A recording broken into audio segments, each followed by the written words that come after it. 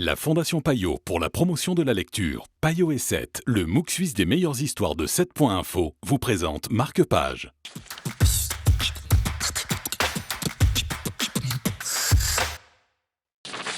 Bonjour et bienvenue dans Marque-Page. Bonjour Guillaume. Bonjour. Aujourd'hui, vous nous proposez cette très belle et très grosse bande dessinée qui s'appelle La Bête de Zidrou et Franck P. C'est un hommage au marsupilami, mais c'est un peu plus noir quand même. Ouais, clairement, c'est une relecture. C'est des auteurs qui s'étaient déjà amusés à faire un album hommage, relecture, revisitation un peu de Spirou. Et je pense que l'idée les a touchés d'aller sur l'animal, puisque Franck P, c'est un dessinateur qui est génial sur tout ce qui est animaux. Il a fait plusieurs bandes dessinées sur ce sujet-là. Ouais. Toutes ces BD, en fait, vont tourner à un moment ou à un autre autour des animaux.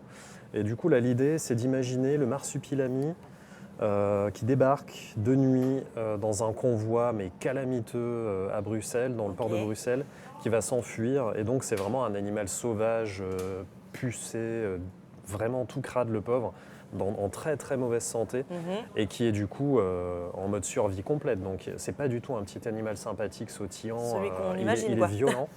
Et il va en fait tomber sur un petit garçon. Grâce à ce petit garçon, il va se remettre petit à petit. Mais surtout, on découvre en même temps que les aventures du marsupilami, on découvre un peu la situation du Bruxelles des années 50. D'accord. Enfin, fin des années 40, début des années 50.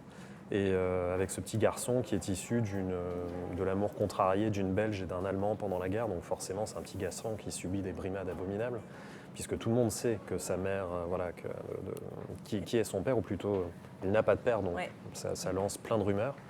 Et donc c'est un enfant qui est super attachant parce qu'il est amoureux des animaux, et il passe son temps à ramener des animaux tout déglingués, notamment un cheval alcoolique qui est hyper drôle. Et donc il va ramener cette bestiole que personne ne sait classer. On ne sait pas du tout ce que c'est comme animal, et son prof va l'accompagner dans tout ça. Donc c'est génial, c'est plein de clins d'œil. C'est incroyablement bien dessiné, c'est Franck P à son meilleur. Il avait fait Zo déjà qui était une merveille, il avait fait Broussailles, déjà un Spirou donc qui était vachement bien. Mais là il a passé, c'est régalade. Donc c'est un tome 1 sur 2, la suite j'espère l'année prochaine, mais en tout cas ça démarre super fort. Super, bon, on se réjouit en tout cas, du coup c'était La Bête de Zidrou et Franck P. Merci beaucoup Guillaume pour ce conseil dans Marque-Page aujourd'hui, à très bientôt.